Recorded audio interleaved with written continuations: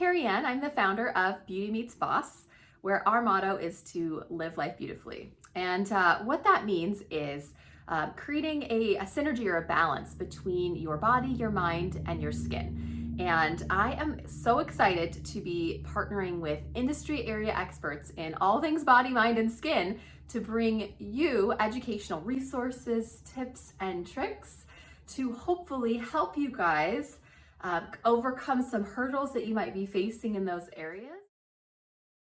I am really excited to be partnering with Melissa Reese of Harbor Total Wellness. She has over 11 years of experience in fitness and nutrition coaching, and she's got a really cool, diverse background. And I am really happy that I can interview her and share all of her wealth and knowledge with you guys. Our topic this week is awesome, and the timing couldn't be better. We are talking about how to avoid overeating at those holiday parties. Now, it is almost Christmas, and the holidays are in full swing. There are sweets aplenty wherever you look, and whoever's house you end up going to, you will probably be tempted to overindulge. So I'm really excited to chat with Melissa about ways that you can avoid overindulging and go into the holidays and out of the holidays feeling good. Let's dive in.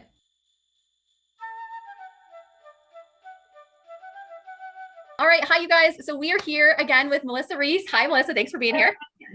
Okay. So the holidays are coming up. It's almost Christmas. And I think the biggest question that a lot of people have is, how do I avoid overeating at holiday parties? Because you go in with one mindset. I'm not going to do it. I'm not going to do it. The minute you walk in the door, the host hands you a drink and says, the snacks are over there. And you get a little nervous, because we haven't been at holiday parties for a while. And you run right over to the shrimp cocktail and the brie. And you're like, oh, that's me anyways, right? With the drink in my hand. So what do we do? So I've totally been there. And I think right off the bat, so what you just, I wasn't even going to talk about this, but you just said something that totally rung in my brain. When you walk into anywhere or do anything, the second you say, I can't, what do? You want it. Yeah. Like you can't date that boy. Oh, I'll show you. I'll go date him, right? Like you want what you can't have. So it's all in how you speak in that moment, where if you're like, yeah, I mean, not that you have to say, no, I'm not going to do it. But if you're like, oh, I don't know if I really wanted to drink tonight, but oh, I'm just going to choose not to drink. If you tell yourself I'm choosing not to, instead of like, oh, I just can't, you're more likely to feel more empowered by that's a choice you're making, as opposed to being like, oh, I can't. Because when you say you can't, it just already has such a negative tone to it, where if you're like, oh, I'm just choosing, I'm choosing to kind of be careful. Okay, cool. With yourself, you can kind of be a little more realistic, but don't go to parties hungry. I think what happens is a lot of times people starve all day. I'm just gonna like not eat. Guilty. Right? I'm gonna like work out really hard. I'm not gonna eat. I'm gonna like have caffeine, and then I'm gonna like go to this party. Well, what happens when you get there is you're flipping like famished, and you're like, oh my God, I need food. And you just start to like inhale, and all mindlessness goes. You're like, sweet, thirds, fourth, this, whatever. I haven't eaten all day. I can eat. And it's not like they're serving veggie sticks at these parties. It's all the dense things. So if like I try to, coach people, even with myself, eat how you would eat on a Tuesday. Have a breakfast, have a snack. Whether you fast, whatever type of food you eat consistently like a normal day, so that when you go to these parties, it's honestly like you're going to be eating dinner at home, but you're just showing up somewhere else and you're not starved. Your body's been equipped with food, water, nourishment all day, and your metabolism's going. So what happens is when you don't eat and then you stuff all that food in your mouth, your metabolism's been at like zero all day. Zero. You haven't fed any fuel to the fire, so it's just going to sit there like a damn rock. And you know what I mean? And then you feel worse the next day, or you're just kind of like, if your metabolism is going all day, you're going to burn up that food a lot quicker. Yes, you're probably going to still feel a little the next day if it's not something you're used to, but your metabolism's been at work all day, kind of burning it up. So that's why I try to eat all day. You don't have to be perfect all day, but eat all day consistently. Or if you fast, like I said, have your little meals, drink water, fuel yourself that way. So when you get there, you're not just like eating whatever. And that will also help when alcohol plays, because if you go to a party and all of a sudden you start drinking on an empty stomach, one, you're buzzed quicker. Two, what happens when you're drunk and buzzed? Eat whatever you want. You're like, whatever. That is me. Oh my God. I can't even tell you how many Ruffles potato chips I can slam when I have a little bit of a buzz. Right. And like your inhibitions are gone. They're gone. I mean, I'm not a huge, fast food is not like my favorite thing on the face of the planet, but like if I am drinking and I don't care, I'll go to Jack in the Box. Would I ever eat that sober? For me, no, I just wouldn't. But I'm like, oh, who cares? Give me the ranch, So like, you just, honestly, you're not really there. You're kind of like, I don't really care right now. And that's what can get people in trouble if you have a ton of parties to go to. Another little trick that I've done before as well is I eat on a small plate. Okay.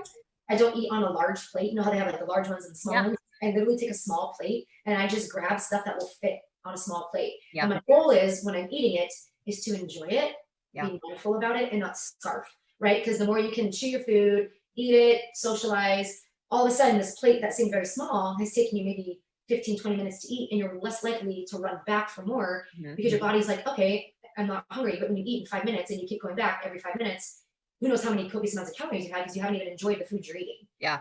So I think being mindful and enjoying the yummy food that you don't normally get instead of just scarfing it in, That's good. is one more, it's more fun to eat that way kind of than it is just shoveling it in. And then just have small plates. It really is where small plates. That's such good advice. And one thing I do too is I try to keep my hands full because sometimes I feel like my hands are not connected to my body and they're just like brie, crackers, cheese, and I'm like, wait, no, don't do it. I can't help it. So I'll like keep my phone with me and a wallet, and then I try to keep like a water in one hand. As long as it's not champagne, I'm fine.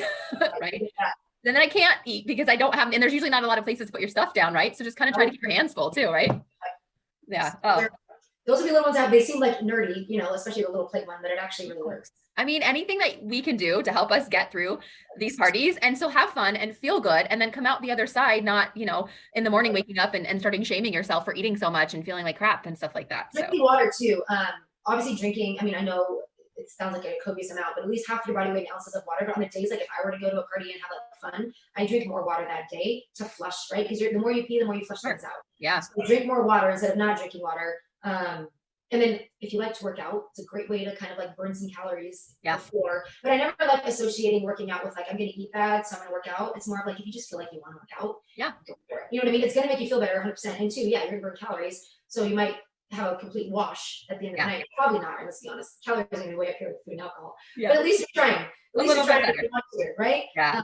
So those are my easy tips. Yeah. So let's recap. So the first one was just sustain a normal routine. Eat normally throughout the day. Don't go hungry. Try to like eat throughout the day so that you're not famished by the time you get there. And then small plates. Pick the small plate. Or ask for a small plate if they don't have small plates, right? And then what was your other one? Like enjoy your food when you're eating it. You know what I mean? Instead of like trying to eat it so fast, like if you really take time to like eat it and enjoy it and have a conversation, you're gonna get full quicker without you realizing it, because it takes your body 20 something minutes for it to realize it's even full. Exactly. And then obviously water, drinking water. Water will help. Yep. Perfect. And my tip was just keep your hands full so they can't put stuff in your mouth. Awesome. Thank you so much, Melissa, and happy holidays. Yes, thank you.